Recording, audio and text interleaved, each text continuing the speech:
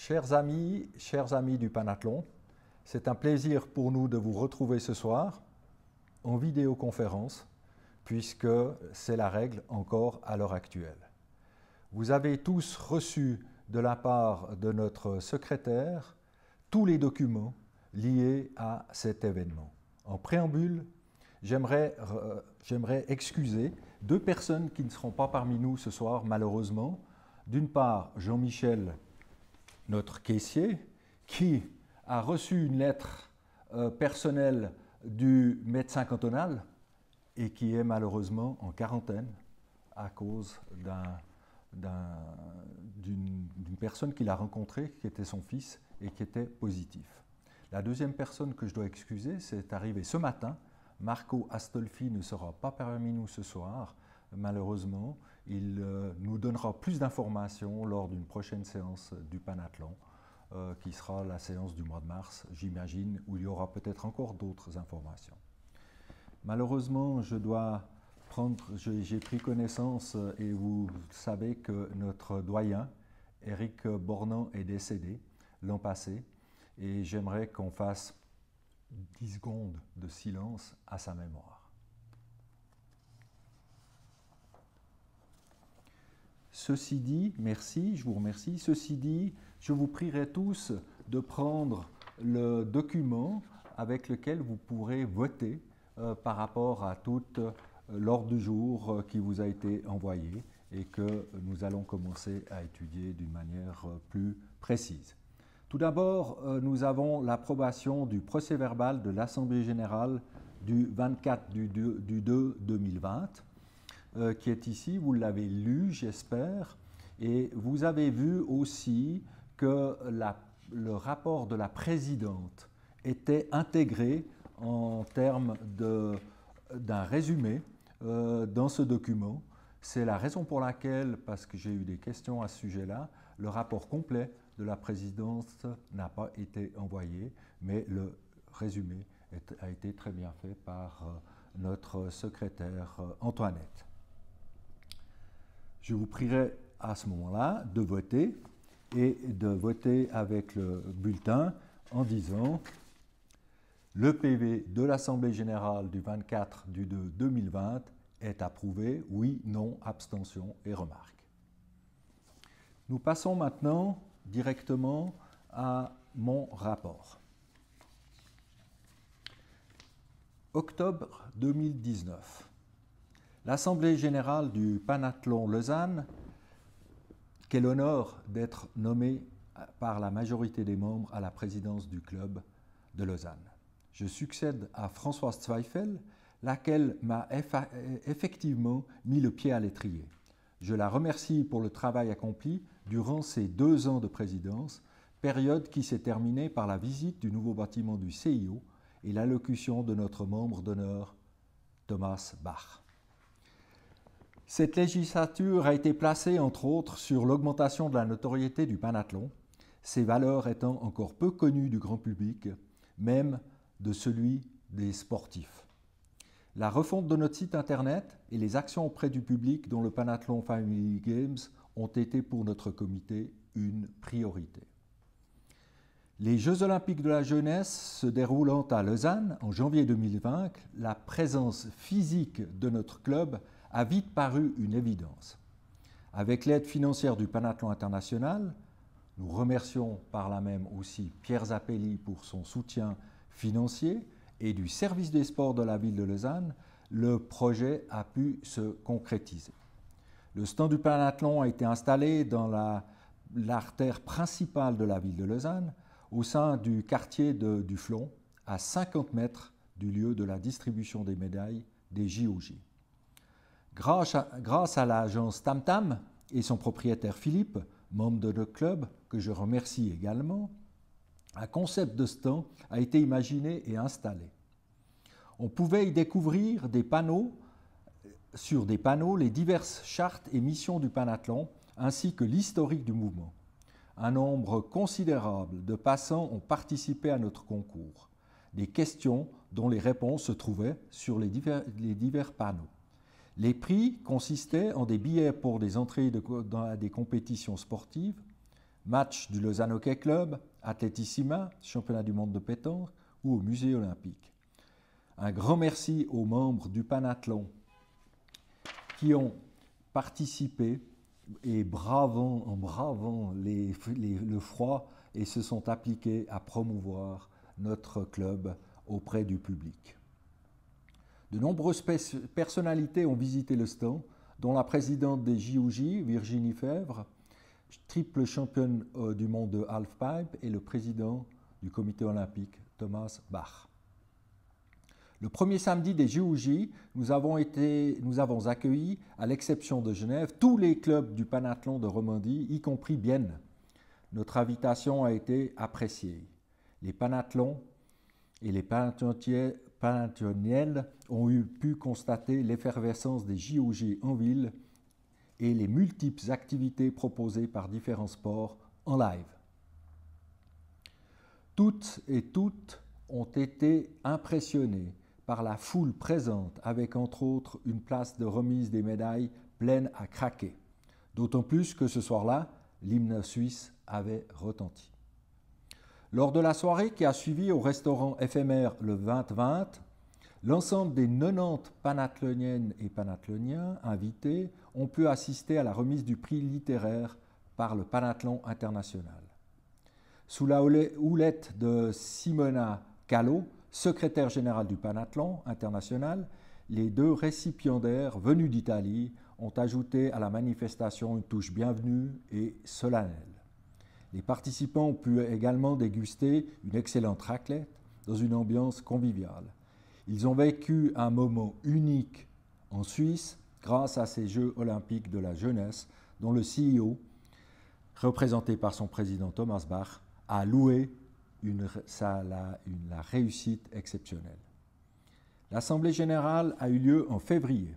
Notre comité a pu annoncer, outre le programme de l'année 2020, son partenariat avec la République des sports, initié par Mattia Pifaretti, un concept d'intégration par le sport pour des jeunes migrants. Nous avons aussi entendu Franck Ducret s'exprimer sur l'accident lors d'une répétition pour la cérémonie d'ouverture des JOJ d'une athlète russe prénommée Olga, grièvement blessée suite à une chute. Le comité a alors proposé à l'Assemblée d'organiser une collecte dont le produit a été versé à notre membre Catherine Aviola, elle qui avait accueilli la famille d'Olga durant son séjour en Suisse. Le 13 mars 2020, lors de la sortie à ski du Panathlon des Panathloniennes à Zermatt, le couperet tombait. Fermeture des stations, confinement strict dû au coronavirus qui se propageait malheureusement à la vitesse grand V. Toutes les activités prévues par le Panathlon Lausanne étaient remises en question, dont les fameux Panathlon Family Games en mai. Suite à un déconfinement partiel, 3 réunions du comité ont pu être organisées en juin, août et septembre afin de préparer la suite du programme pour l'automne. La seule possibilité consistait à organiser des conférences en vidéo, soit en direct sur notre page Facebook Panathlon-Lausanne avec le lien, soit au moyen d'un simple lien envoyé aux membres par notre secrétaire.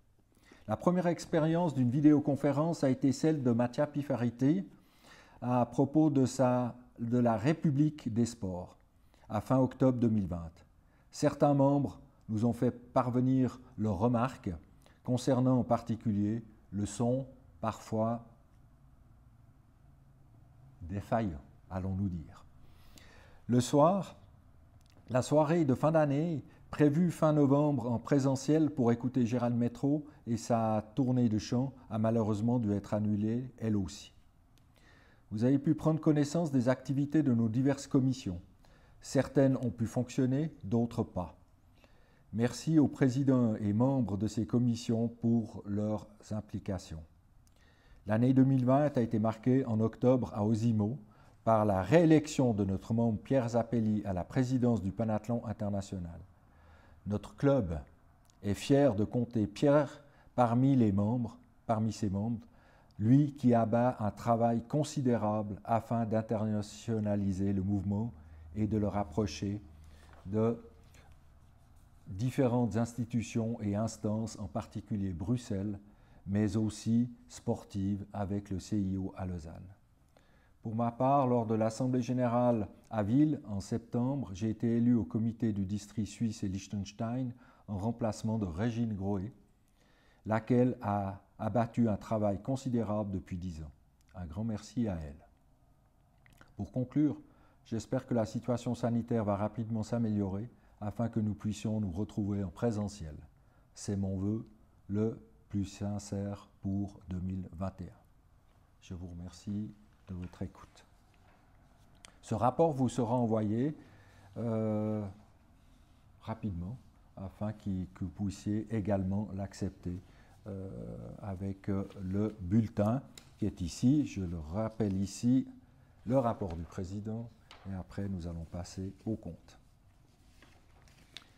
Malheureusement, comme je le disais tout à l'heure, notre caissier, trésorier et cher ami Jean-Michel n'est pas parmi nous. Il nous a fait parvenir un texte pour présenter les comptes que vous avez, j'imagine, devant vous ou même imprimés et que vous pourrez lire dans les détails.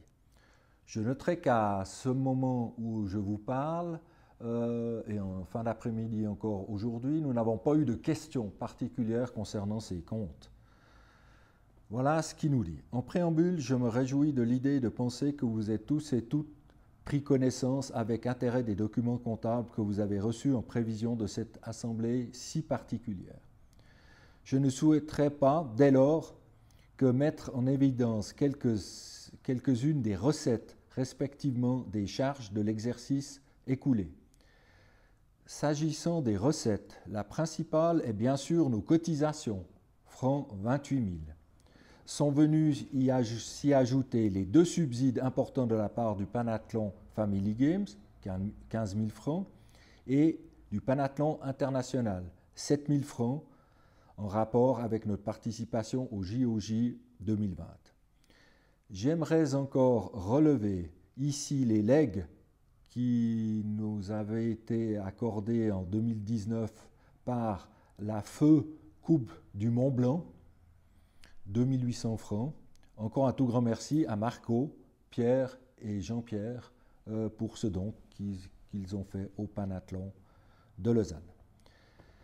S'agissant des dépenses maintenant, les plus conséquentes l'ont été dans le cadre de la participation des JOJ de Lausanne en 2020, le projet VSPL, le coup de cœur du Panathlon Club, stand de réception officielle.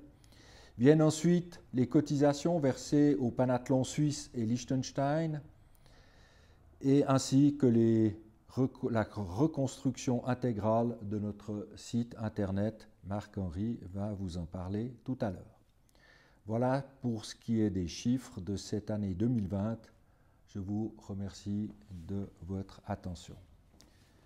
Je vous prierai dès lors de reprendre en main de nouveau le formulaire pour la votation qui est ici et de remplir après peut-être le rapport des vérificateurs des comptes que vous avez également reçu et que je vais peut-être vous relire pour que ce soit un petit peu plus clair pour tout le monde. Rapport des vérificateurs des comptes de l'exercice 2020 qui sont signés par Claudine Dutoit et Philippe Bonnet. Monsieur le Président, Mesdames et Messieurs, chers amis et amis panathloniens, en notre qualité de vérificateur des comptes, suite au mandat qui nous a été confié par l'Assemblée générale et conformément aux dispositions légales, nous avons vérifié en date du 3 février 2021 les comptes de l'exercice 2020, année particulière, s'il en fut, en présence de Jean-Michel Mayor, trésorier.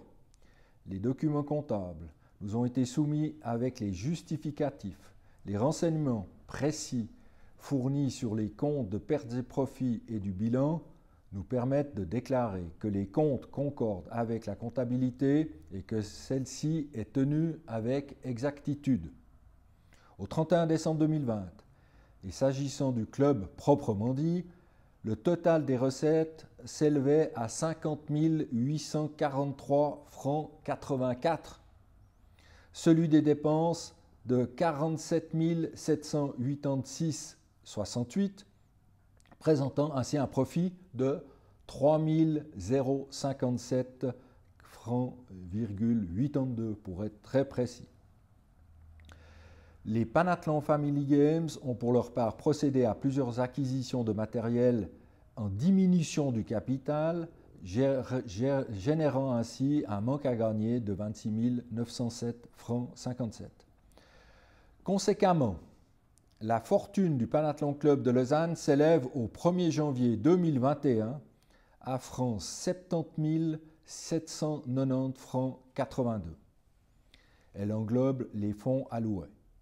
Après examen des points signalés ci-dessus, et pour autant qu'aucun fait ne nous ait été caché, nous proposons à l'Assemblée générale de 2021 a.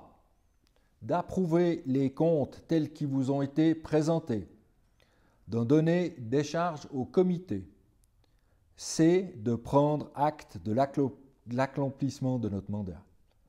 Le sous-signé les remercie Jean-Michel Malheur pour son excellent travail le 3 février, Claudine Dutoit et Philippe Bonnet.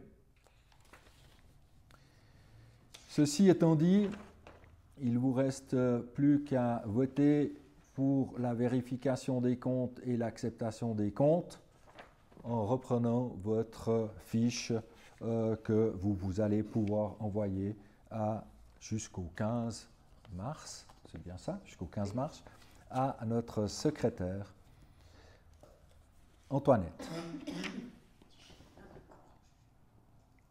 Ceci étant dit, nous passons au point 5, qui sont les rapports des commissions. Je commencerai par la commission qui nous a le plus occupé cette année et qui était un des buts de faire mieux reconnaître le Panathlon Club de Lausanne, c'est la commission Comcom.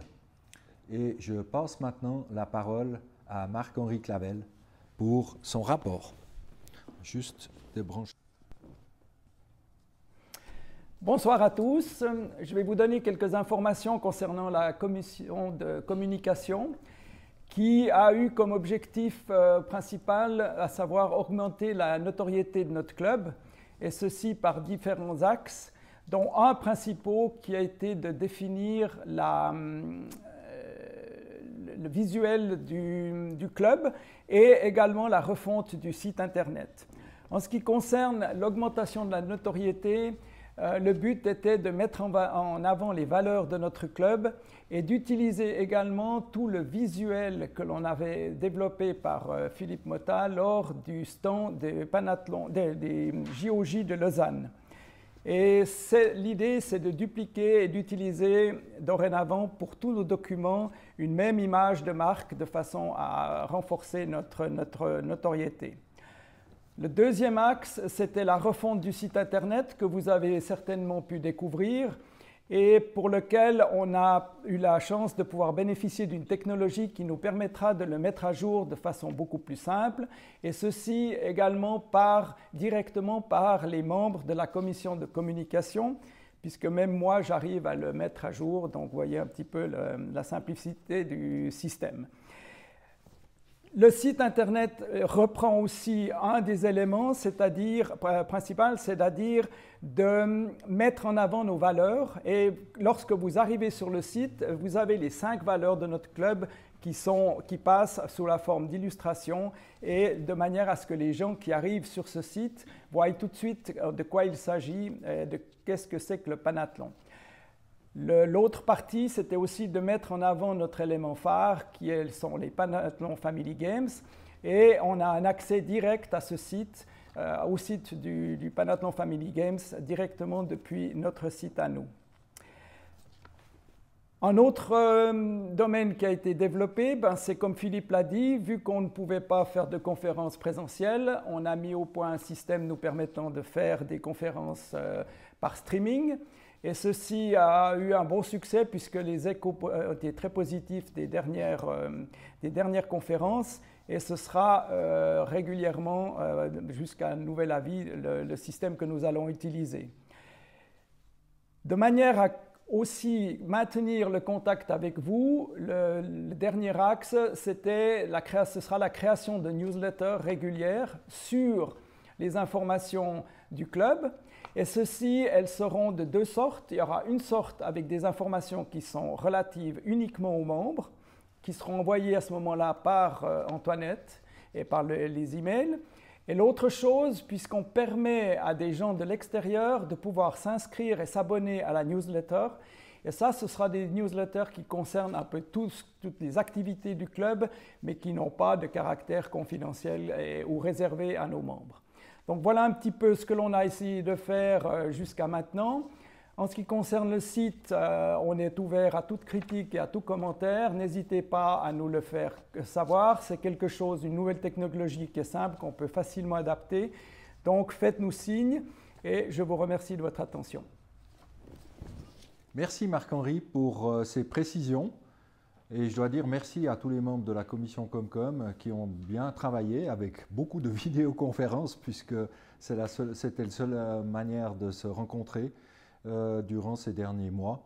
Et comme l'a dit Marc, le site est peut-être encore à des défauts et la meilleure des manières, c'est que chacun d'entre vous puisse nous informer à ce niveau-là.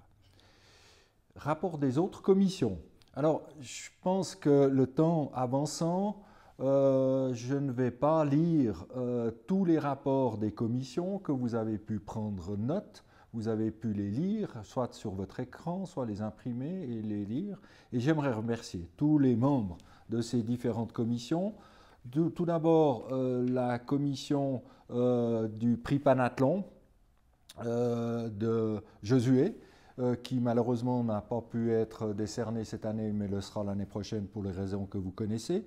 Remercier Claude Bolvar pour son travail acharné pour la commission Fair Play Jeunesse.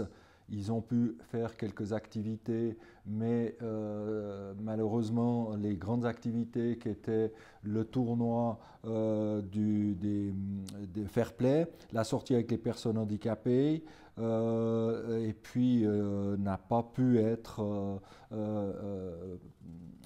organisée comme on le devait. La commission des nouveaux membres ne s'est pas réunie, on le sait aussi pourquoi.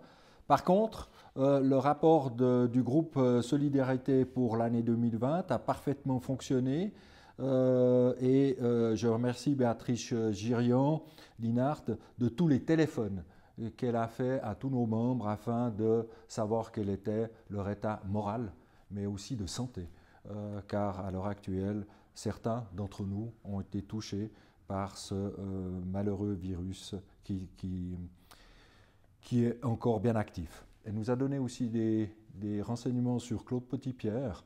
Je vous le lis de toute façon. Je mentionne particulièrement notre ami Claude Petitpierre qui est actuellement à la Souva à Sion après avoir décidé de se faire amputer de sa jambe qui le faisait tellement et tant souffrir suite à l'accident qu'il a eu il y a 3 ans. Notre doyen Éric Bournon, on en a parlé tout à l'heure, nous a quittés. C'est avec un grand regret que nous avons pu lui rendre hommage comme nous aurions aimé. Pas pu lui rendre hommage comme nous aurions aimé. Les Panathlon Family Games, comme je disais, Marco a fait son rapport. Je ne vais pas vous le lire, mais il sera présent, je suis sûr, lors de la prochaine séance du mois de mars. Et là, il aura peut-être encore d'autres informations à nous donner. Je remercie tous les membres de ces commissions pour le travail effectué durant cette année si particulière. Nous passons au point suivant, qui est le budget. Vous avez aussi reçu le budget qui finit avec un résultat de l'exercice de 1000 francs. Je pense qu'il n'y a pas eu de questions non plus qui ont été posées par rapport à ce budget. Et je vous prierai de reprendre la petite feuille qui est ici et de dire oui, non, abstention ou remarque. Concernant les admissions, démissions, mutations, radiations, je dois dire que ça se passe pas trop mal, à part qu'on a quand même 2-3 membres auxquels il faut faire quelques téléphones pour que la cotisation soit réglée. Est-ce que c'est parce que ça arrive par email et que l'email reste bloqué parce que des fois on en reçoit tellement qu'on oublie de le verser? Mais nous avons aussi un membre auquel on a dû envoyer un recommandé avant qu'il soit, qu'il soit radié. Et nous attendons encore une réponse de sa part puisque l'adresse à laquelle le recommandé était adressé est revenue en retour. Donc nous en saurons un peu plus l'année prochaine. Donc merci à chacun de payer ses cotisations qui seront envoyées par notre caissier et trésorier dès le 15 mars quand le procès-verbal et tous les vous aura été envoyé. Concernant les cotisations, celles-ci ne vont pas subir de modifications naturellement et elles seront toujours de 300 francs. Elles seront donc sans changement.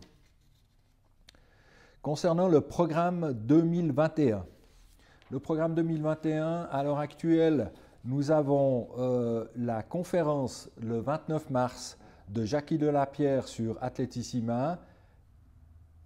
Elle s'intitule « Les raisons du succès et les défis dans le futur ». Cette conférence sera éventuellement en présentiel. On verra quelles sont les décisions du Conseil fédéral concernant la réunion d'une cinquantaine de personnes, voire entre 50 et 100. Si ce n'est pas le cas, elle sera, une fois de plus, faite en vidéoconférence. Vous pouvez déjà me faire parvenir les questions concernant Athletissima et de son futur. Le 26 avril, nous aurons une conférence de Pierre Zappelli, le nouveau président, ou le président sortant qui s'est représenté, et son travail qu'il a fait durant ces dernières années et les années qui vont venir, en particulier pour internationaliser le panathlon international, comme on l'indique, aussi bien avec une ouverture sur toutes les commissions des sports à Bruxelles, mais aussi au sein du CIO, avec des bureaux qui sont installés maintenant dans ces deux villes et qui sont occupés par des personnes qui ont des contacts avec ces différentes institutions. Le 23 mai, les Panathlon Family Games. Notez bien cette date, c'est toujours la même, c'est celle qui tombe sur le week-end de la Pentecôte, c'est le dimanche de la Pentecôte. On vous y attend très nombreux, vous serez mis à contribution pour différents travaux de préparation, de montage, démontage, etc. Et ça se fera par l'intermédiaire de Marco et de notre représentant Michel Chouala, qui est aussi dans cette commission des Panathlon Family Games, qui devrait cette année, espérons-le, vraiment pouvoir se concrétiser le 23 mai. On espère être sorti de cette galère. Déjà prévu la soirée du 29 novembre, ça sera la soirée de fin d'année qui va se dérouler comme on aurait dû le faire l'an passé avec Gérald Métro. Et il y a des pourparlers qui se font pour les différentes autres dates. La date de la sortie d'été, on espère qu'elle se fera lors des championnats du monde de pétanque qui auront lieu ici même. On est aussi en train d'avoir des discussions pour la visite du nouveau stade de la Tuyère. Mais pour le moment, c'est encore un petit peu tôt pour en parler, puisque là aussi, nous sommes tenus à respecter toutes les normes en vigueur. Et voilà le calendrier qui est déjà sur le site internet que vous pouvez voir en tout temps. Proposition individuelle, comme le mentionnait Antoinette dans son courrier, je n'ai malheureusement pas reçu de questions. Il y a eu des questions qui m'ont été posées, j'ai pu y répondre directement, mais c'était des questions d'interprétation par rapport à la séance que nous avions ce soir. mais je n'ai pas reçu d'autres questions ou d'autres remarques par rapport à l'ordre du jour qui était ici ou à d'autres événements qui pourraient se produire que l'un d'entre vous aurait souhaité discuter ce soir. Si ce n'est pas le cas, nous passons au point divers. C'est un petit peu difficile de passer le point divers ce soir, mais voilà, notre vidéoconférence se termine ainsi.